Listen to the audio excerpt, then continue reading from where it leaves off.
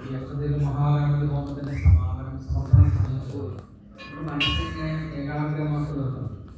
ഇത് നാളെ നമുക്ക് ഗണപതി ഹോമുണ്ട്, മറ്റന്നാൾ വീണ്ടും ഇതുപോലെ അഷ്ടത്തിൽ മഹാഗണപതി ഹോമം. ക്ലാസ്സിൽ എല്ലാവരും വീണ്ടും ഓരോ നാളികേരോടൊപ്പം ഇതൊന്ന് പൂജയിലേക്ക് ഉൾപ്പെടുത്തും. എല്ലാവരും എഴുതണം. എല്ലാവരും ഹോമങ്ങളൊക്കെ എഴുതി ഭഗവാനെ നമ്മുടെ ഈ പൂജയിൽ പങ്കെടുക്കും. അടുത്ത വർഷത്തിലുള്ള പൂജ പൂജയൊക്കെ പങ്കെടുക്കണമെങ്കിൽ നമ്മുടെ മനസ്സങ്ങോട്ട് കൊടുക്കണം. ഏരാളിയായിരുന്ന ശ്രീകൃഷ്ണ പരമാത്മാവ് ആ കുരുക്ഷേത്ര യുദ്ധഭൂമിയിൽ ഗാന്ധീവം താഴെ ഉപേക്ഷിച്ച് ദുഃഖിതനായ അർജുനൻ, ആ അർജുനൻ ഇങ്ങനെ വിഷമിച്ച് നിൽക്കുക. നമ്മളുമൊക്കെ ഈ കുരുക്ഷേത്ര ഭൂമിയിലാണ്. എന്താണ് കുരുക്ഷേത്രം എന്ന് പറഞ്ഞാൽ? ദുഃഖപൂരിതമായ ഒരു യാത്രാപഥമാണ്. ഈ കലികാലത്തിൽ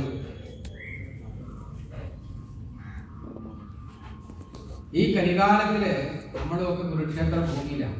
പല ദുഃഖങ്ങളല്ലേ നമ്മൾ ജനിച്ച മക്കളെ ഓർക്കുന്ന ദുഃഖങ്ങൾ, മക്കളില്ലാത്തതോർത്തുള്ള ദുഃഖങ്ങൾ, കൊച്ചുമക്കളെ ഓർത്തുള്ള ദുഃഖങ്ങൾ, വീടിനെ ഓർത്തുള്ള ദുഃഖങ്ങൾ, തൊഴിലിനെ ഓർത്തുള്ള ദുഃഖങ്ങൾ, ധനത്തെ ഓർത്തുള്ള ദുഃഖങ്ങൾ, പിന്നീടെന്താ ആരോഗ്യത്തെ ഓർത്തുള്ള ദുഃഖങ്ങൾ. ഇങ്ങനെ വ്യത്യസ്തമായ യുദ്ധങ്ങളിൽ കുരുക്ഷേത്ര യുദ്ധത്തിനിടയിലാണ് നമ്മൾ.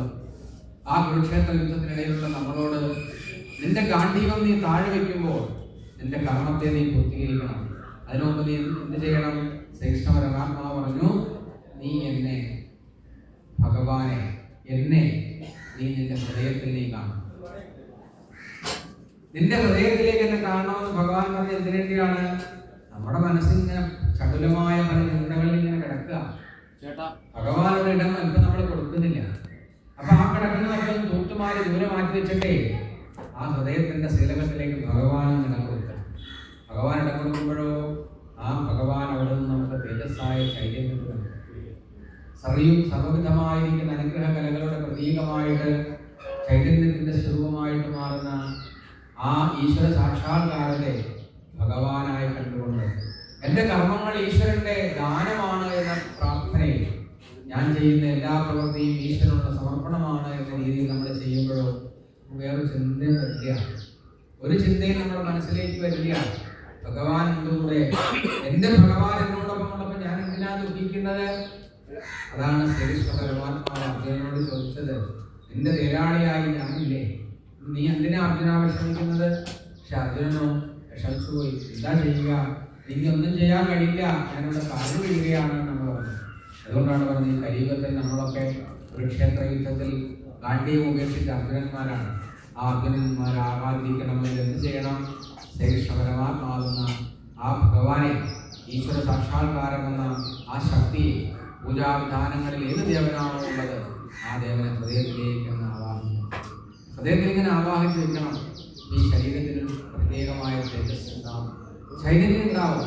നമ്മൾ വാർദ്ധക്യത്താൽ രോഗിയാവട്ടെ, മറ്റെന്തെങ്കിലും തരത്തിൽ നമ്മൾ ദുഃഖിതനാവട്ടെ, നമ്മൾ ദരിദ്രനാവട്ടെ, പക്ഷേ നമ്മൾ സമ്പന്നനായിരിക്കണം. എന്തിനെ കൊണ്ട്? ഈശ്വരനോടുള്ള സ്നേഹത്തിൽ, ഭഗവാനോടുള്ള പ്രണയത്തെ കൊണ്ട് നമ്മൾ സമ്പന്നനായിരിക്കണം. ആ സമ്പന്നനായി കഴിഞ്ഞാൽ നമുക്ക് ഒരു കുഴപ്പമുണ്ടാവില്ല. എവിടെ ചെന്നാലും ആ സമ്പന്നതയുടെ ചൈതന്യത്തിൽ നമ്മളോടൊപ്പം നമ്മളെ കൈപിടിച്ച് നടക്കാൻ ഭഗവാൻ ഉണ്ടാവും.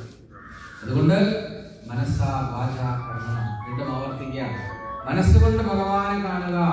എപ്പോഴും ഉള്ളിൽ ഇങ്ങനെ ഭഗവാനെ കണ്ടുകൊണ്ടിരിക്കുക. വാക്കുകൾ കൊണ്ട് ഭഗവാനെ കാണുക. ഓരോ വാക്കിലും ഓരോ നമ്മൾ സംസാരിക്കുമ്പോൾ എന്ത് വേണം? അത് ഭഗവാൻ ഭഗവാൻ ഭഗവാൻ എന്ന് തന്നെ കാണണം. കർമ്മത്തിൽ ഭഗവാനെ കാണണം. ഓരോ പ്രവൃത്തി ചെയ്യുമ്പോഴും ഭഗവാനെ കാണണം. നിങ്ങൾ എന്ത് ചെയ്തോളൂ ഭഗവാനെ കാണും. ആ ഭഗവാനെ കാണുമ്പോഴാണ് ഈ ജീവിതയാത്രയിലെ നമുക്ക് സുഖം പ്രധാനം. നമ്മളിപ്പോൾ ഏറ്റവും ദുഃഖപൂരിതമായ ഒരു അവസ്ഥയിലൂടെയാണ് ഒരു നദി കടക്കാൻ പോവുക. ഈ നദിയിലോ വിഷതുല്യമായ മുതലകളുണ്ട്, ശക്തരായിട്ടുള്ള മത്സ്യങ്ങളുണ്ട് നമ്മളെ ആക്രമിക്കുന്നത്.